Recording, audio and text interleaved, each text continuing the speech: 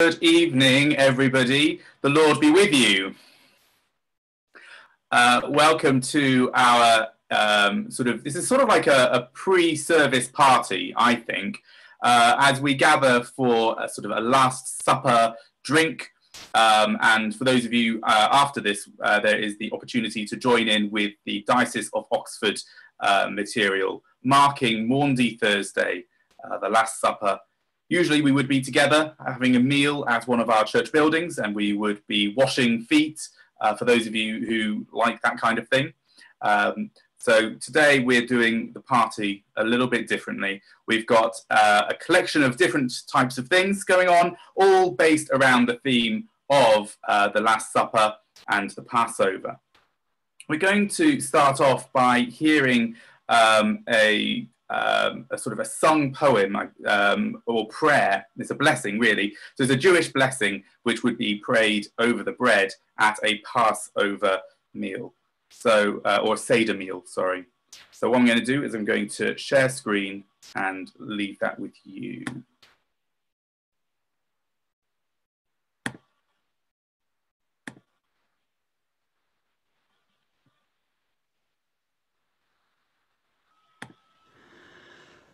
Baruch atah Adonai Eloheinu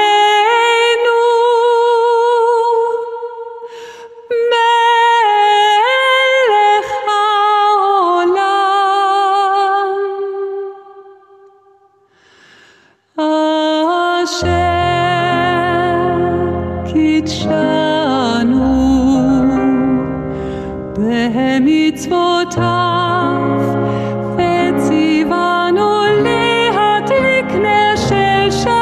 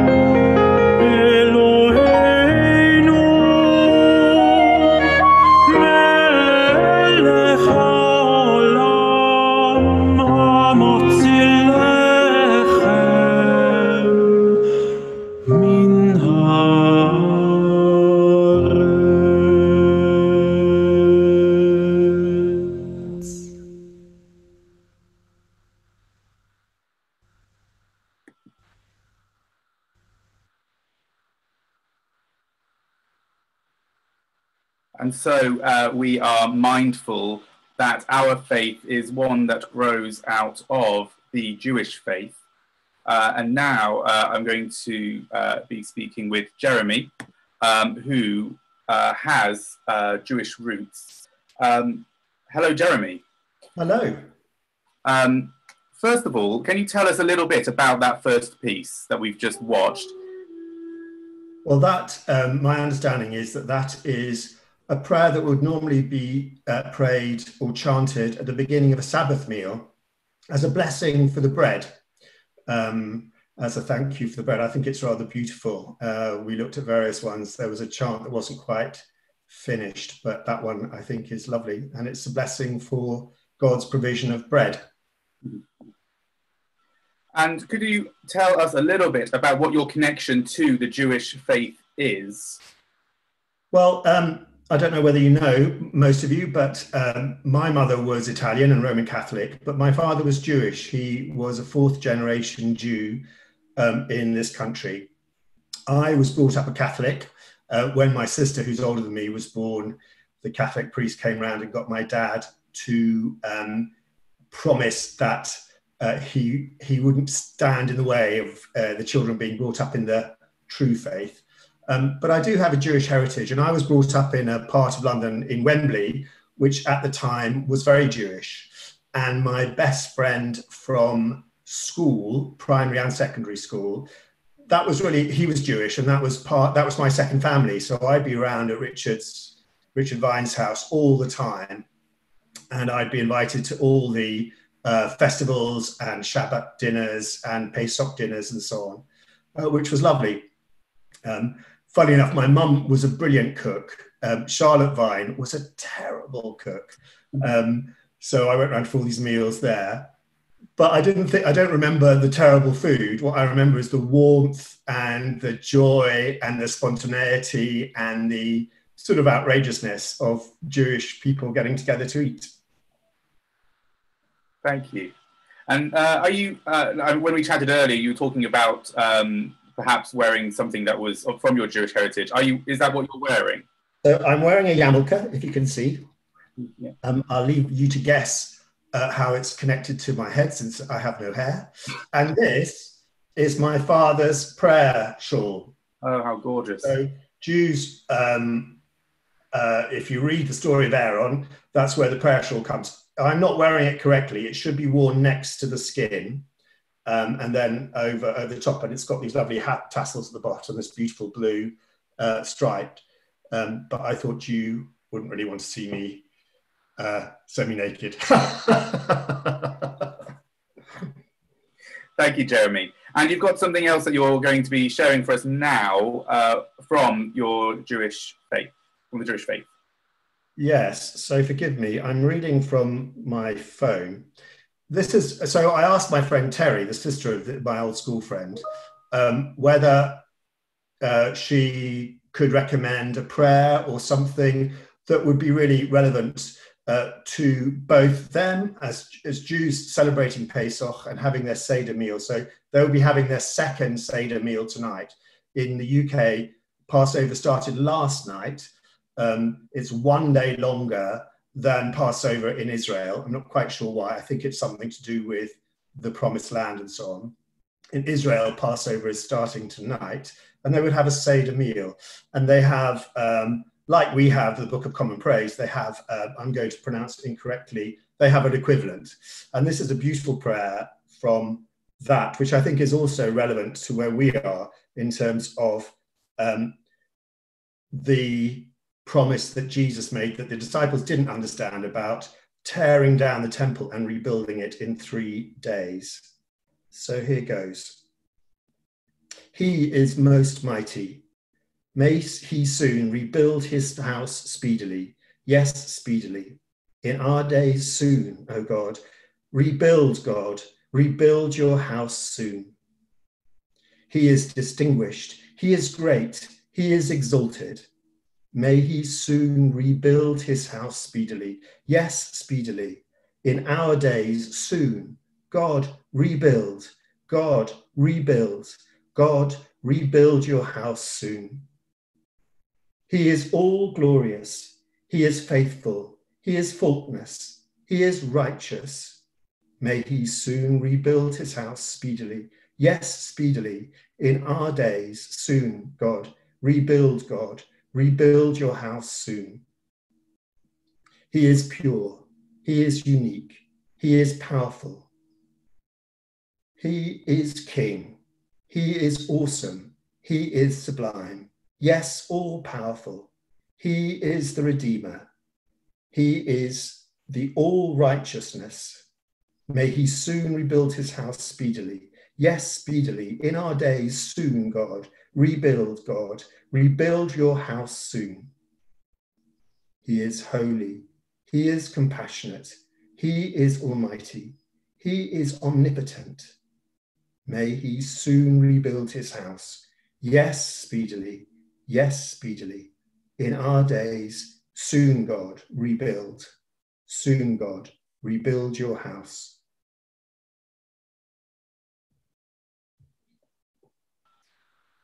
Thank you, Jeremy.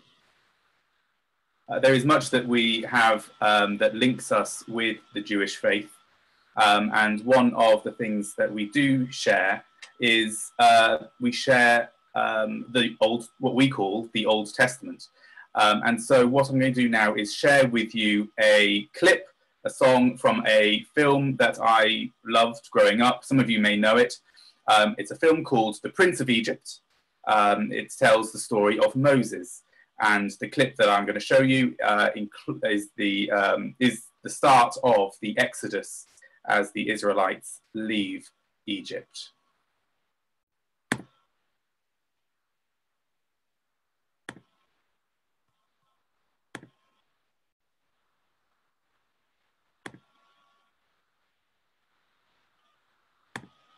Many nights we've prayed with no proof anyone could hear.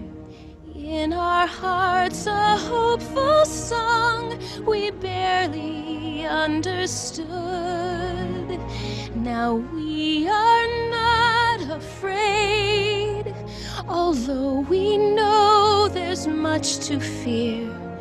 We were moving mountains long before we knew we could. There can be miracles when you believe. Though hope is frail, it's hard to kill. Who knows what miracles you can achieve when you believe? Somehow you will. You will when you believe. In this time of fear, when prayers so often proved in vain, hope seemed like the summer birds too swiftly flown away. Yet now I'm standing here, with heart so full I can't explain, seeking faith and speaking words I never thought I'd say. There can be miracles when you believe. When you believe, though hope is frail, it's hard to kill. It's hard to kill. Who knows what miracles you can achieve? When you believe, somehow you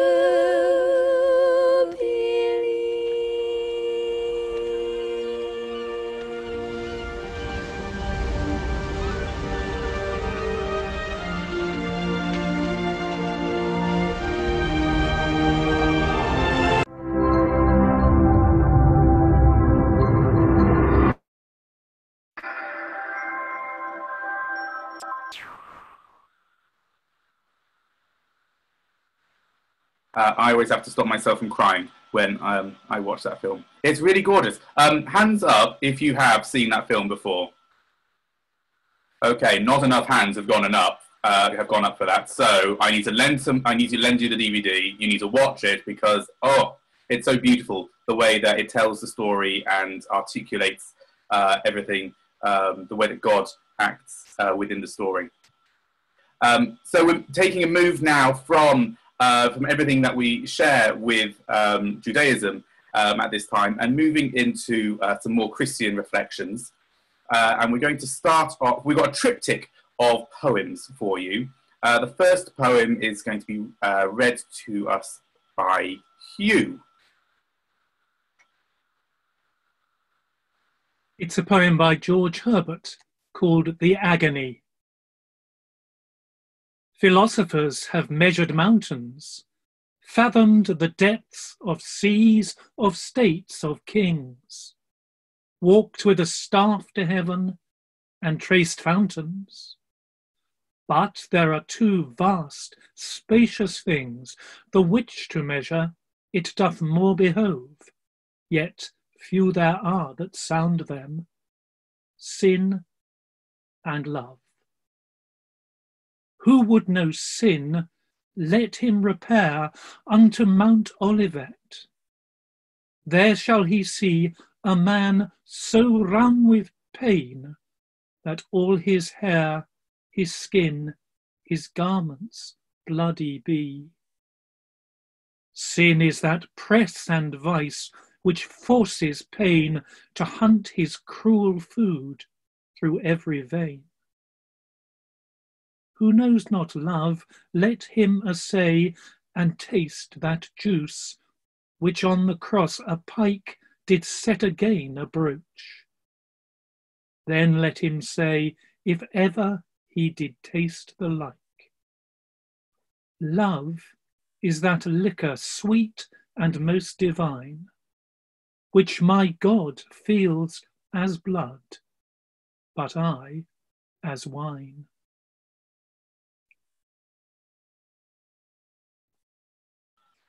Thank you, Hugh. And our second poem of the triptych is read by Joy.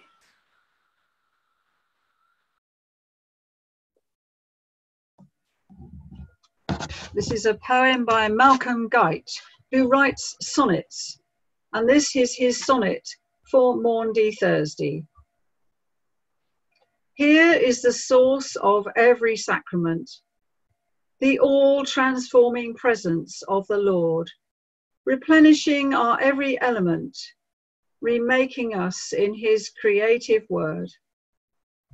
For here the earth herself gives bread and wine, the air delights to hear his spirit speech.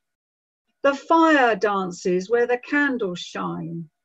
The waters cleanse us with his gentle touch. And here he shows the full extent of love to us, whose love is always incomplete. In vain we search the heavens high above. The God of love is kneeling at our feet. Though we betray him, though it is the night, he meets us here and loves us into light.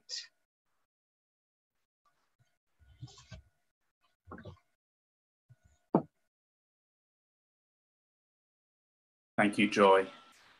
And the final of the triptych, we're back to Hugh again with another poem by George Herbert. It's the third of his poems entitled Love, brings to an end his volume of poetry.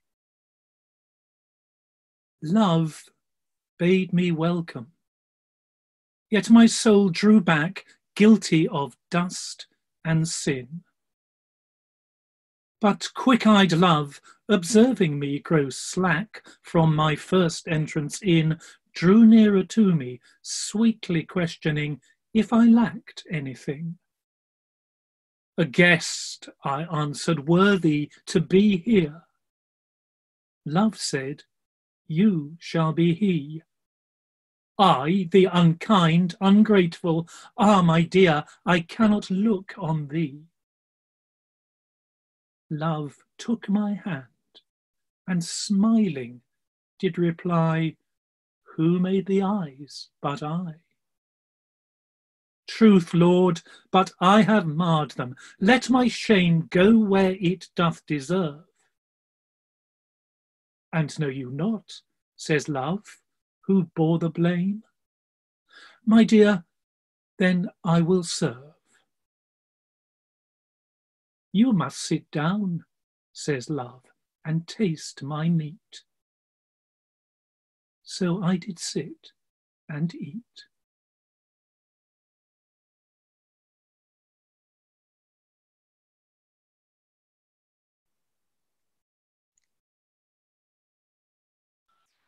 Thank you, both Hugh and Joy, for sharing those poems with us tonight. Some beautiful reflections on God as love being made present to us through bread and through wine. We're now going to hear a real treat, I think. We're going to hear our very own team rector sing for us. I'm going to hand over now to Toby. Thank you, Ross. I'm not sure about the treat. I'm going to sing a Ralph Vaughan Williams song called The Turtle Dove, which is a love song and partly kind of thought of as a love song for the church on the night when we think traditionally of the institution of the Holy Eucharist. To think about that time when we can come back together again. In this song, there's a sailor who has to go a long way away and is separated from the one he loves, and I feel very separated from all of you. So I offer this tonight. Fare you well, my dear, I must be gone, and leave you for a while. If I roam away, I'll come back again. Though I roam 10,000 miles, my dear, though I roam 10,000 miles. As fair thou art, my bonny lass, so deep in love am I. But I never will prove false to the bonny lass I love, till the stars fall from the sky, my dear, till the stars fall from the sky. The sea will never run dry, my dear, nor the rocks never melt with the sun. But I never will prove false to the bonny lass I love, till all those things be done, my dear, till all those things be done. Oh, yonder doth sit that little turtle dove, he doth sit on yonder high tree, making a mourn for the loss of his love, as I will do for thee, my dear, as I will do for thee.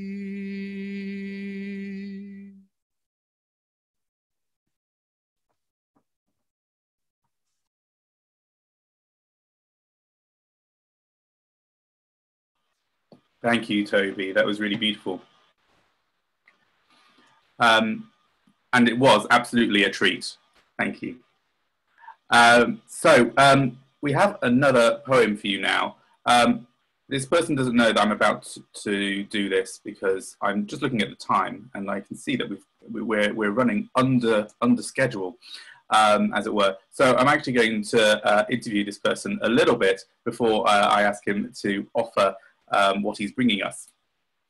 Some of you will remember James Elwood, who was with us at St. Mary's about this time last year. He was part of our Palm Sunday liturgy at St. Mary's, and he's going to share a poem with us at the moment, but he's been very busy this past year working for Open Doors. I've unmuted you, James. Hello. Hi. How are you doing? I'm doing really well, thank you very much. Yeah. Good. Could you share with everyone a little bit about what's been going on at Open Doors, and especially with regards to COVID-19? Of course, yeah. So at the moment, as you're all aware, COVID-19 is a global pandemic, and it's just hit places like India. So in India, Christians out there or are already at the bottom of the pile when it comes to receiving healthcare, medical care, all that kind of thing. And the healthcare system in India isn't great as it is, because they're Christians. They're sort of put to the bottom. However, now with COVID-19, being put to the bottom means a lot of Christians are without vital care and are dying and are in a very difficult situation. So we've actually, I can't say too much about how we're doing it because it's highly secretive, but we've got some stuff going on that's going to hopefully be able to meet a lot of their needs. And lots of supporters actually throughout, particularly this last week, have really risen up, both in prayer and practical support. And it's just been incredible to see God's family really come together. We are also expecting places like Africa, particularly like Nigeria and other places in Northern Africa that experience a lot of Christian persecution, also to come under this. And so we'll be looking at that probably as the weeks go by. But at the moment, the Christians in India are really suffering. Yeah. Thank you. And if there's anything that you could ask us to do as the Benefice of Witney to do for Open Doors at this time, it is one of the charities that is particularly close to our heart as a benefice. Is there any message that you would like to give to us, anything that you would like to ask of us? So the biggest thing that whenever I've spoken to any Christians in the field or that they've come and shared is that they know people are praying for them. That is the thing that draws us as a Christian family together. No matter what denomination, no matter where you are, you're praying for the persecuted church. You're together with them, and that encouragement alone keeps them going through some of the most horrendous and difficult situations. So pray that vital aid will get to the people who need it most, and that through this, actually, Christians would be able to shine a light as well. Somehow they would serve the people around them, and that those people around them would come to know Jesus. That would be incredible, that the situation would be turned around for good somehow over there. Amazing. Thank you, James. So we will get praying for Open Doors and your ministry, yours and the youth ministry at Open Doors. Now, during Holy Week, we are ever mindful of everything that happens throughout the week, and whilst we're at the place where we're still in many ways looking ahead to the crucifixion, that is held within the richer Christian narrative of the resurrection and salvation to come. And so I'm going to ask you now, James, if you would share your poem with us. You shared it with me. Thank you. Was it earlier today or was it yesterday? I think it was yesterday. All blurred into one. Thing, in lockdown. Thank you. I'm going to ask you to share your poem with us now. Thank you. Thank you very much, Ross. So I wrote this a month or so, a couple of months ago, actually at 4 a.m. Just sort of woke up and the words sort of came. And so here we go. Thank you very much. When it's the middle of the day, yet inside it's the coldness of night. When everything is going well, but it's not quite right. When the path you know falls, stops, and doesn't keep you straight. When life hurts and all is falling down and it seems like you're holding on to dead weight. when all you can do is scream at the heavens for answers that never come, when you've reached the end of the rope, there's nothing left, and you still fail to overcome, because really the answer to this conundrum cannot be found in this kingdom. This kingdom is broken, fallen. The answers here lead only to pain, hopelessness, and disgrace. What a place without faith. How can it be safe from all the waste? There must be a way to face and finally erase. But the truth is not found in this kingdom, but in his kingdom, where all that pain, hopelessness, and disgrace fall down on their hands in the presence of his grace. What is this concept that breaks all the rules, taking even the cowards and the fools, replacing the same with a crown of jewels? Now, don't get me wrong, this came at a price we could never pay. The Prince of Glory was rejected, so we could be perfected. For us, he was neglected, and now our mistakes are corrected. Because Jesus is the Father's love reflected, making the unconnected, the undetected, the unprotected, the disconnected, the subjected, the infected, the dejected, the disrespected, the defective, the objective, and even the elected, through his blood are now resurrected, caught in disgrace, embracing the arms of his grace. Drip, drip, drip. Blood flowing from the one who took my guilt and my shame, bridging the divide. And now there is nothing to hide. So this is it. Grace comes down to a choice, a price, a life. There is a better way than this kingdom. Let's choose to live for his kingdom. For whom the sun sets free is free indeed. Amen. Thank you, James. We're drawing towards a close with our program of events. There will be an opportunity to sort of chat a little bit after we finish. But also at 8 o'clock there will be the clap for carers, if that is something that you are doing on your streets, outside your houses. And then at 8:15, I believe it is, there is the diocesan service.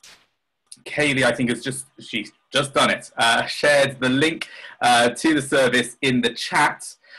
If you're having trouble accessing the chat on this Zoom conversation, then you can find the details through the Holy Week section on the Benefice website.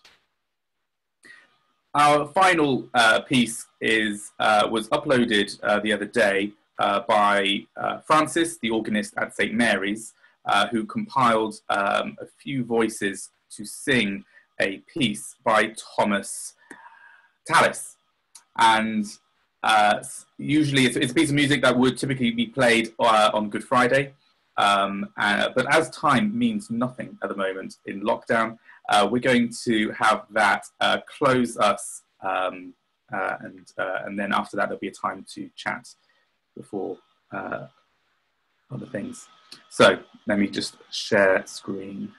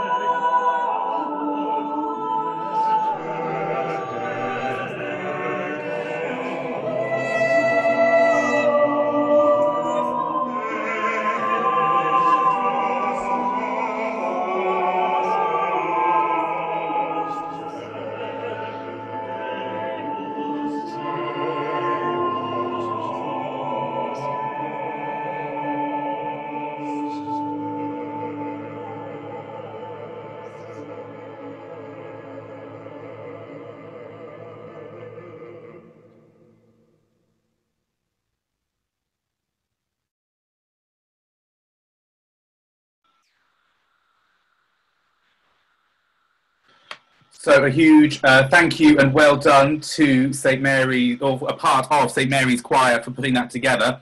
I think one of my favourite things about that video is that Sally Rumsey, I don't know if she's with us, changed outfits and sung in 2 different parts of the house, perhaps to try and trick us into thinking that she wasn't singing 2 different parts, unless she does indeed have a secret twin somewhere.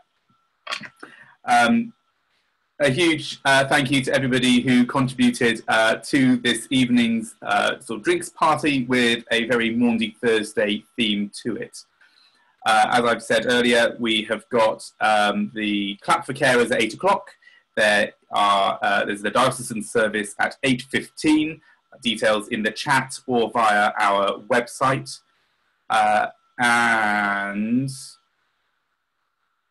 that's it. So we're going to unmute everybody now, and if you want to chat over a glass of wine, if you want to go, whatever, you are welcome. Thank you.